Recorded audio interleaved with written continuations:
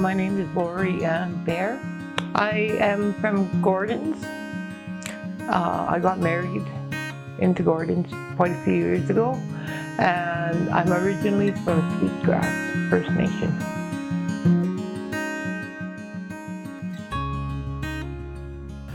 I'd say a few months, but it was things weren't progressing as fast as I would have liked. So I stepped back and just let the group know that, if they need to have input from me, that I would participate. It ended up being also that where it was self-care, learning self-care through the group, and support system. I'm very independent.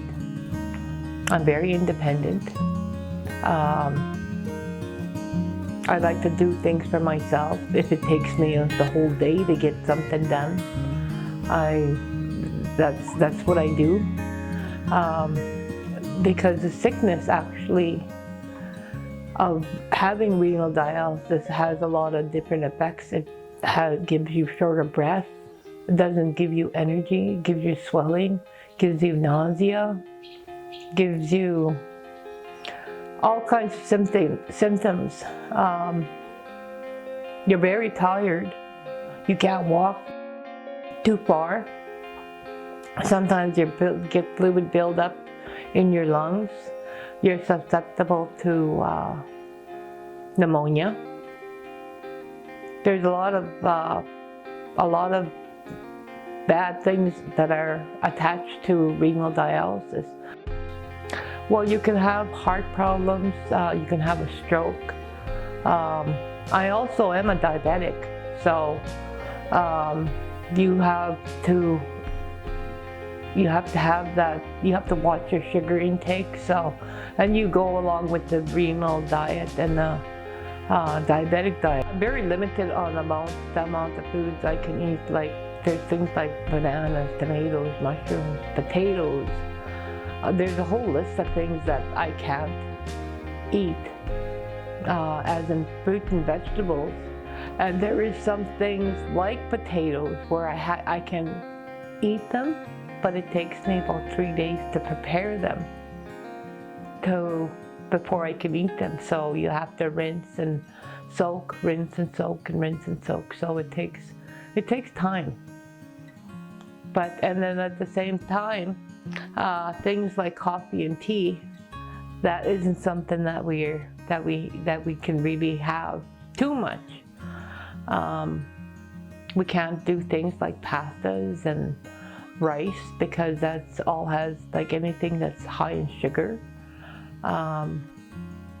There's breads. You can limit yourself on breads. It's maybe I'll eat bread or toast maybe once or twice a week, and that's like a slice. So, and there's a lot of fruits that I can't eat that have too much potassium. You got to really watch your diet. Watch your sugars, and it can be tough. I can eat a lot of meat. I can pretty much eat as much meat as I want, but because it doesn't really affect the diet, it's not. It doesn't have things that can affect you. The only thing that I can't eat out of the meats are like processed meats, like things like pizza, and I used to love eating lasagna, but I can't do that. I can eat a limited amount of beans and assortment of beans, and things like peanut butter, nuts. I gotta stay away from that. There's a lot of things you can't eat. So, and there are things like berries. Pretty much anything that has berries is I can go to my little heart's content. So, Saskatoons, chokecherries, strawberries, raspberries, anything that has berries in it. I first got diagnosed with having a blood infection, and all it was a little scratch that was a little bit, and looked a little bit inflamed, and that sent me to the hospital. So, and while I was in there, they did all kinds of tests because they couldn't figure out what was causing the infection. And then they kept me in there because they told me that that I had a kidney infection. So I didn't feel any more sick than having nausea and having a fever. So they ended up keeping me in the hospital. They kept me in the hospital for close to 3 weeks. And they needed to find out things about me, and more on my history, because they had said I had developed angina, and I had developed kidney infection through the kidney infection. And then when they checked to see how bad my kidneys were, that was when they told me that because I'm diabetic, this is how I probably got it, was the renal problems. I had diabetes since I was 12 years old. So that was a struggle. I was in school, and I didn't go down for breakfast, and we were in residence. And it was then I felt weak, and I felt very shaky, and I felt very tired. And when I tried to go get up, it was like, no, I can't do this. So I laid in bed. Then one of the workers come in and found out that something was wrong. So they took me into the hospital, or to the doctor, and the doctor said that I was diabetic. So that my sugar was quite low, and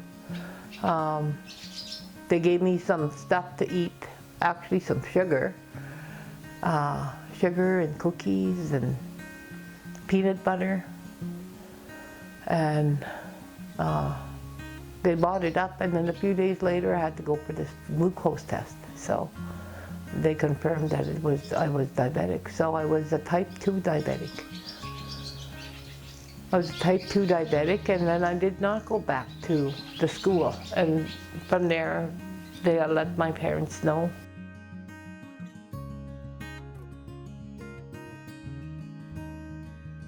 Whatever she ate, I ate.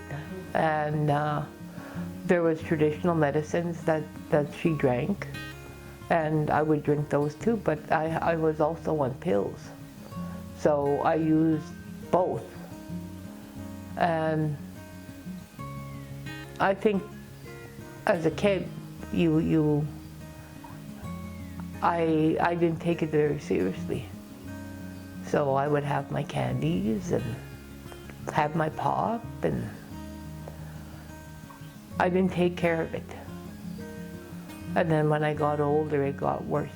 So it's very important to, that if you don't take care of it, you will develop symptoms. I had various symptoms of not having my blood. I quit making blood. So I had to go for blood transfusions. It played with my thyroid. And my thyroid, this is what you consider me being fat. Where growing up I was like I was very, very skinny. And I could never pick up weight.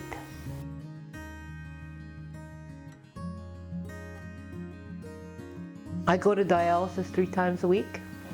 My output, as of now, when they found out I was had renal failure, and that was what, going on 10 years, 11 years, 11 years come January, that I've been on dialysis. Well, my average Monday is I'm up by about 6:30, 7 o'clock. I'll have my shower, get ready, get whatever stuff I need to take to dialysis with me. And the van here is anywhere between 9 and 9:30. And our drive-in is about an hour 15 minutes. You go for lunch when you get to the hospital. Then you would wait for your treatment hours. Mine is 3.5 hours, but with setup for getting on, it'll take you about half an hour. And then to get off is about half an hour. So your 3.5 hours ends up being like 4.5 hours. So, and then your drive back. And by the time you get home, you're exhausted. So, I don't know if it's the drive that exhausts you or if it's the treatment that exhausts you. I know with lately, ever since for the past couple of years, I know that my health has been deteriorating. My kidneys have been deteriorating. When I first started, I was at 49% of kidney function. At present now, I'm at 4%. So I know I'm getting more and more sick, and I need a kidney. I need, sorry to say, is for somebody to become deceased, to get a transplant, if I can find a match. I know that you can have total loss of your kidneys and you can live maybe a few years without it. But it's gonna come a time where push comes to shove. My children, and I've had friends who had offered to give me a kidney, but I don't want to take it from them because of the high risk on both sides of parents for them have high risk in diabetes. High risk in diabetes in my family, most of them is they got later years.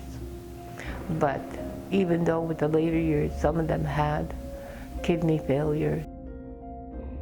I don't want to take their chance at life. If they give me one kidney and they get into renal failure, I'm shortening their life. So no, I can't do that. I can't see doing that for them. And then some of my friends, they're also diabetics, so they can't donate. Your kidney has to be healthy. And for some, they're only realizing because when they went for the test, they're realizing that they've got kidney problems and they need to look after themselves. It was a wake-up call for them. Needing blood all the time. I get iron shots and I get medication to try build up the blood. I get actual blood transfusions at times. And so I'm always cold. There's some that will cut their time. Like I said, I go for 3.5. I've seen people who had the same amount of hours and then they cut an hour. Builds up toxicity. It puts you at higher risk to have a heart attack while on there, have a stroke, many complications that can happen while you're on the dialysis machine. It's like playing Russian roulette. There is 38 beds, and then there is 3 isolation. So 41. And out of that 41, they do 3 runs So you multiply that by 3 times a day is how many people that. And during our run, I guess, during the run that we go on, there's but within the, I'd say the past maybe month and a half, 2 months, there'd be about 8 or 9. Or they would get, so a lot of them would end up in the hospital with complications, with other complications. You don't know if you're going to be going home. And that's the scary part, because I've got asked if I want to sign a DNR, and my thought was, well, of course I want to live. If I'm going to sign that DNR, then I might as well not come, because without dialysis,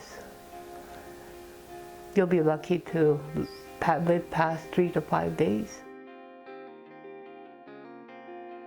The diets of what was provided through INAC is, I believe, is what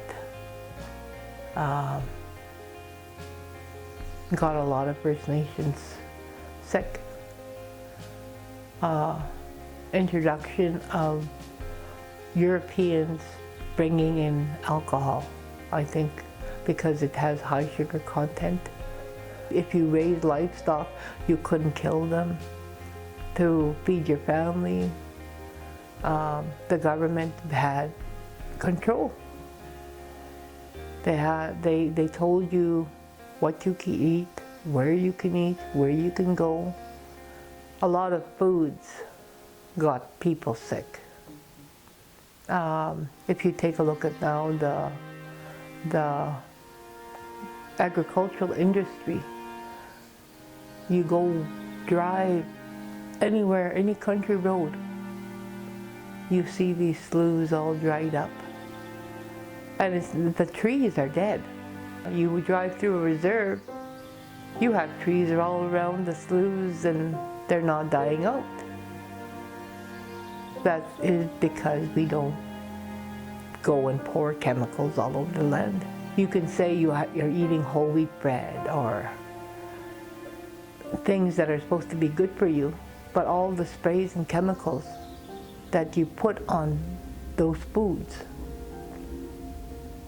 that's what gets you sick.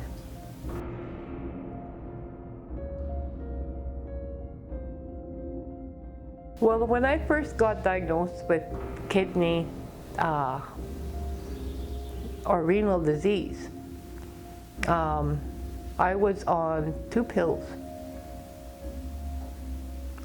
and that was twice a day for diabetes. And they turned it into the insulin. So I wasn't taking no other medication other than iron pills. That was for my blood. But when I got on the kidney medication, I got bumped from that 1 pill of iron, having an iron pill a day, and I got jumped up to 13 pills 3 times a day, and along with my insulin. So now it was, I just took it because I figured they knew what was going on. But I kept getting sick. I started getting more and more sick.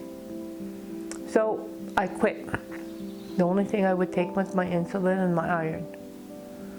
And I asked the doctor, and he said, well, why did you quit the medication? So I sat with him and I went through all my pills. And I said, okay, what is this for? And he went along, and a lot of them were, about half of them were vitamins. Vitamin C, vitamin D, calcium. I have iron. And to take them 3 times a day. And Then there was medications for the heart. There was medications, well, for angina, and there was medications for high blood pressure. All different kinds of medications. And I started saying, well, what is the natural way of taking these medications? I'm down to, what, 6 pills twice a day? And I just controlled it through diet. I guess medicine from the First Nation belief system. And I take that also. Sometimes I don't take it every day, but it helps. I believe it helps.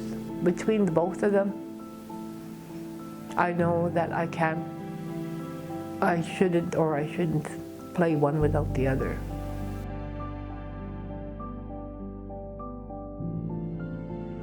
I think I come to terms with death.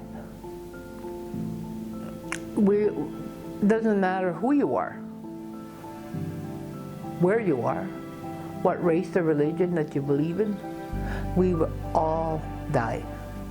We are all going to die. But how you look at it, how you perceive life, you either are going to live or you're going to be alive dying. For myself, I could say that I could have went through some of the channels where I could say, poor me, and look for pity.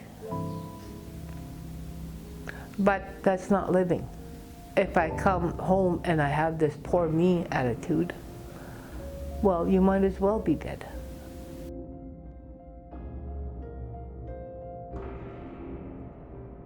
I would say that if you have family members that are diabetic, whether it was your kukum, your mushroom, your aunts, your uncles, your mom, your dad, your brothers, your sisters, your cousins, if somebody close in your family had diabetes, you are a good person to get diabetes. And the reason why I say that is diabetes has become hereditary.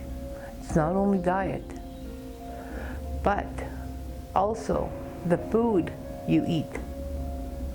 If you drink pop and chips and have candy all the time, have sweets, pastries, that's all sugar. You will eventually get diabetes.